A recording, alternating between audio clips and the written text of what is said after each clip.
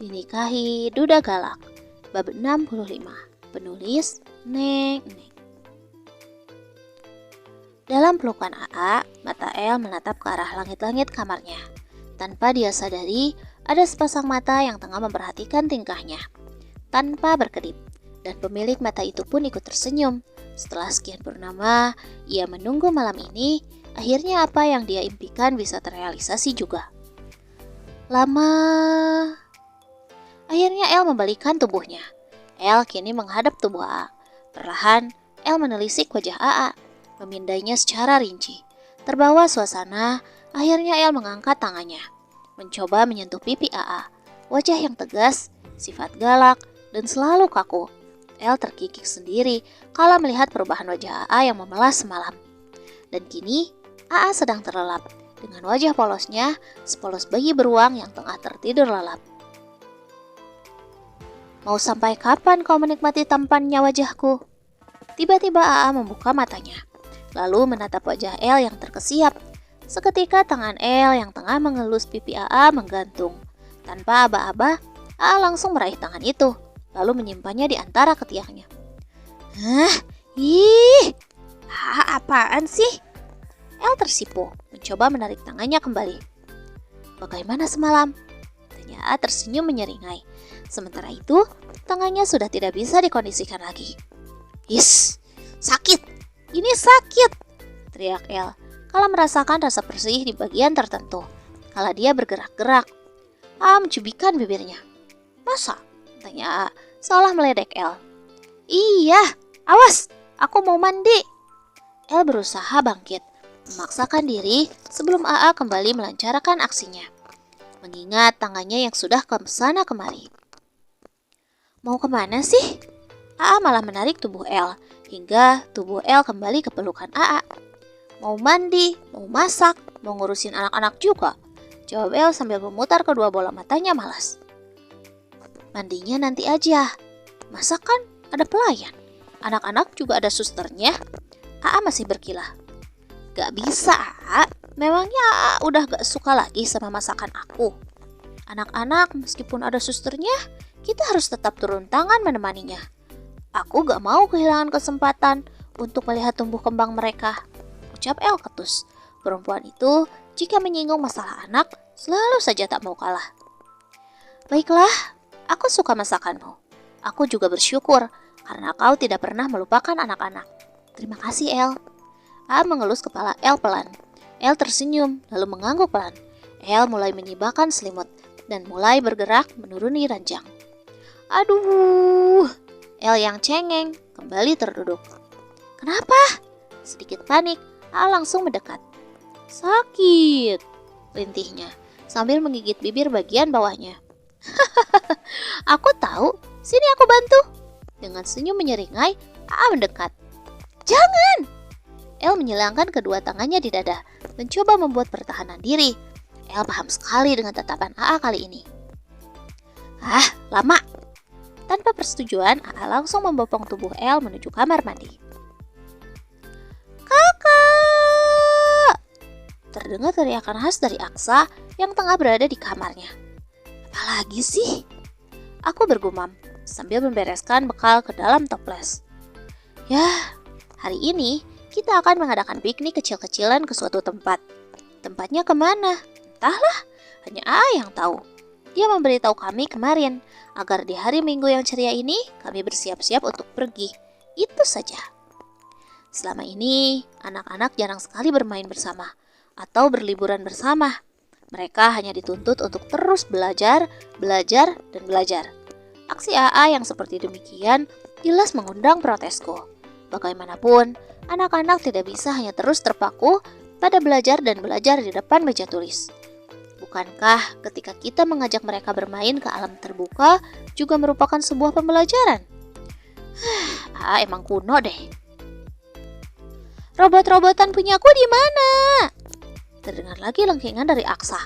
Anak itu, kemanapun kami akan pergi, selalu saja meminta untuk membawa serta mainan kesayangannya. Repot emang. Gak tahu. Terdengar balasan dari si sulung Azura. Tak kalah berteriak. Padahal kamar mereka bersebelahan. Kenapa harus teriak-teriak seperti di hutan? Jengah. Akhirnya aku memutuskan untuk meninggalkan makanan di atas meja makan, meminta pelayan untuk melanjutkannya. Lalu aku berlalu untuk menghampiri mereka. Bagiku, sikap mereka ini tidak sopan, saling berteriak, padahal masih bicara pelan dan baik-baik. Aku hanya ingin mengajarkan anak-anakku sopan santun saja. Aksa, kenapa teriak-teriak sama kakaknya? Gak baik. Kalau ada yang ditanyain, hampiri kakaknya. Tanya pelan-pelan. Peringatku sambil melanjutkan pekerjaan Suster Eni, yakni merapikan baju Aksa selepas mandi. Kak Azura nakal, dia ngumpetin mainanku, Bu. Kilahnya mengerucutkan bibir. Tanya dulu baik-baik, jangan teriak-teriak. Itu namanya gak sopan, oke? Aksa harus belajar menghormati yang lebih tua dari Aksa. Aku tersenyum menatap pria kecil yang kini rambutnya masih basah.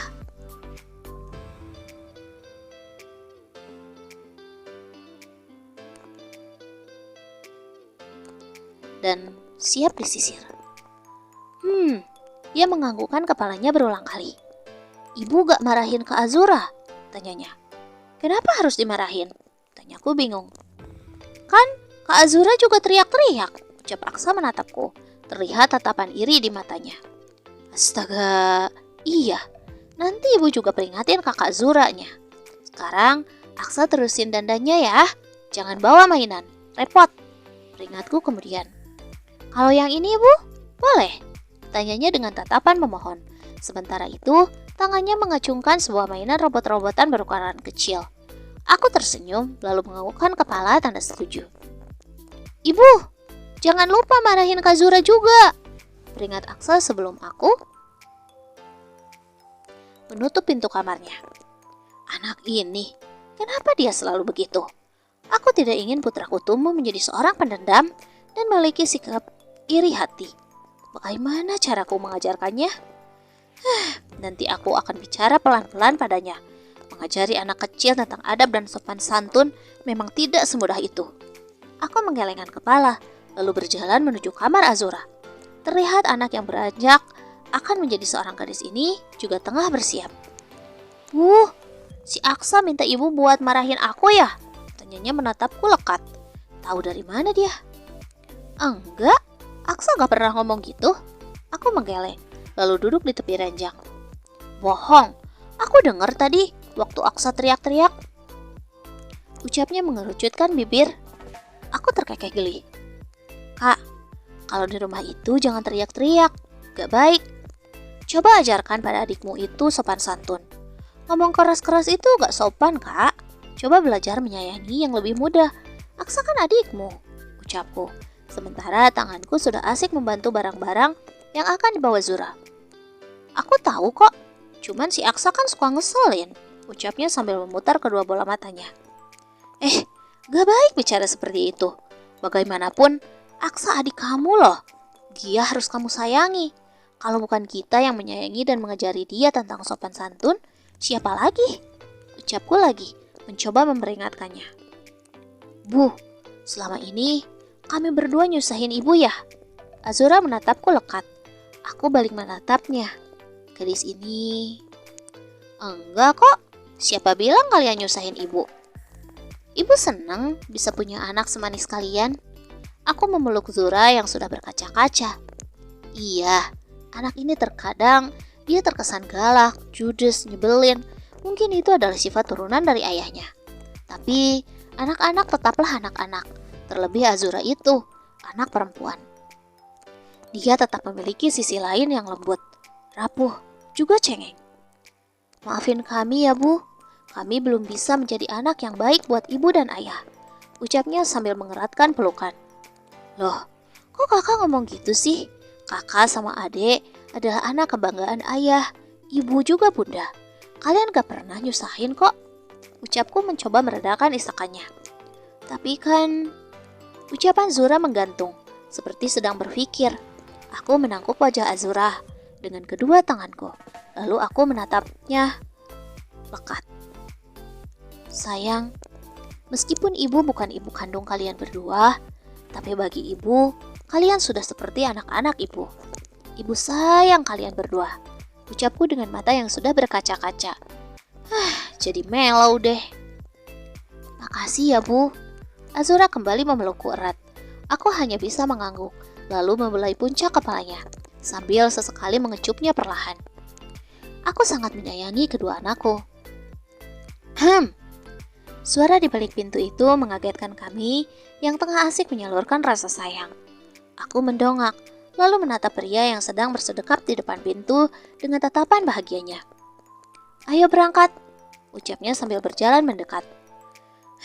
Iya, sampai lupa kalau kita mau berangkat, ucapku menyeka air mata, lalu membantu Zura untuk segera bergegas. AA hanya menatap kami, tanpa sepatah kata pun. Dia langsung kembali bergegas menuju keluar kamar. Dia memang selalu begitu.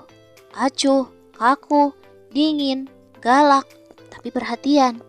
AA mencurahkan seluruh kasih sayangnya, tenaganya, pikirannya, kesetiaannya hanya untuk keluarganya, tanpa banyak bicara. Dia bilang, aku lebih suka aksi daripada fiksi.